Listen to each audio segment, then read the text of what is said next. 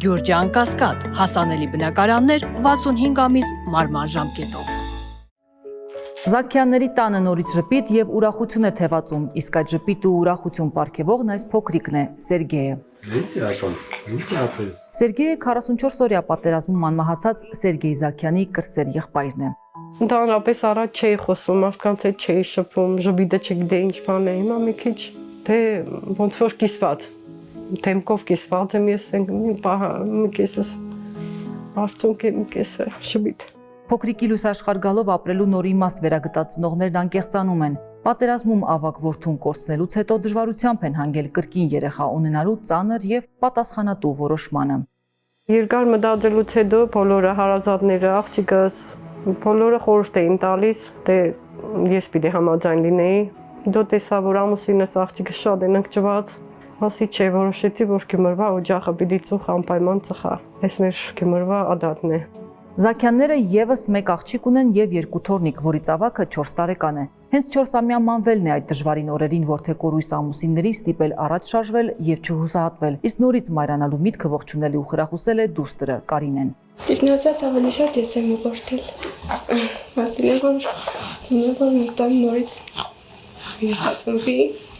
Այդ ժամանակ ես էի բալիկ էի ունենալու, ասացին տնենք Սերգեյ անունը։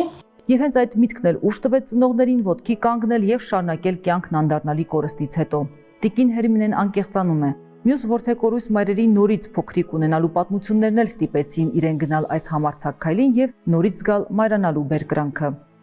Ես զգում էի, որ գրգում էի իրանց երեխաներին, ցանկալի էր, որ ես էլ ունենայի ու ցկտեցի մինչև վերջ։ Միջև վերջ պայքարելու եւ չհանձնվելու ճանապարհին տիկին Հերմինեն մշտապես զգում էր ավագ որդու աջակցությունը։ Երազից էլ եկավ, ասեց մա, ես կամ, ես կլինեմ, հենց այդ խոսքերը իմ ականջին եկավ ու ես ասի չէ, պիտի գնամ, ուրեմն ինքը վերածնունդ պիտի լինի։ Շատ աշխույժ, եղբորպես, եղբայրն էլ կենսուրախ, ակտիվ, ժպտերես, մեր մեծ Սերգեյն էլ էր այդպես։ Բարեհամբույր եւ ընկերասեր, այսպես են բնութագրում ընտանիքի անդամները ավագ Սերգեյին։ Սերգեյը դեռ մանկուց էր սպորտով զբաղվում, մասնակցում տարբեր մրցույթների, բազմաթիվ հաղթանակներ գրանցում։ Զբաղվում էր հունահարամական բշամարդով, պարապում էր ուրեմն Արթուր Ալեքսանյանի անվան հունահարամական բշամարդի դպրոցում։ Հանրապետական առաջնությունների մասնակցել, լավագույն արդյունքը եղել է հանրապետության երիտասարդների առաջնության 3-րդ մրցանակակիրը։ Երիտասարդ տղան մեծ ոգևորությամբ էլ զորակոչվեց բանակ, ընդամենը 8 ամսվա զինծառայող էր, երբ սկսվեց 44-օրյա պատերազմը։ Ժամը 10-ին զանգեց տղաս։ Բա ինչ կա, ինչ են ասում, բան, ասեցի, մենք արդեն ամեն ինչից կուրսի ենք, ամեն ինչից տեղյակ ենք, դու ասա ինչ կա։ Մենք արդեն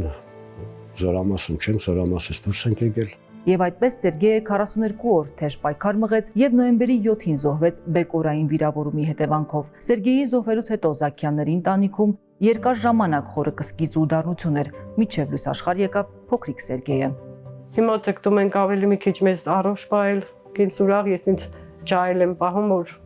փոքրիկից մեծացնեմ, հասցնեմ նպատակին, ինչքան որ կարող եմ Աստծո կամոք։ Խորհուրդ կտամ բոլորն էլ դիմեն այս քայլին, եթե հնարավորություն ունեն, եթե առողջություն ունեն, թող դիմեն։ Սա կյանքի է կոչում ես։ Հենց մենք ամուսիններով ընդհանրապես իրար հետ չենք շփում։ Տունը լռություն, մինչև պատուհաններից կախված միշտ նայում եմ, երբ պիտի թորներս կան աղջիկս, բայց հիմա արդեն ես ունեմ իմ փոքրիկիս։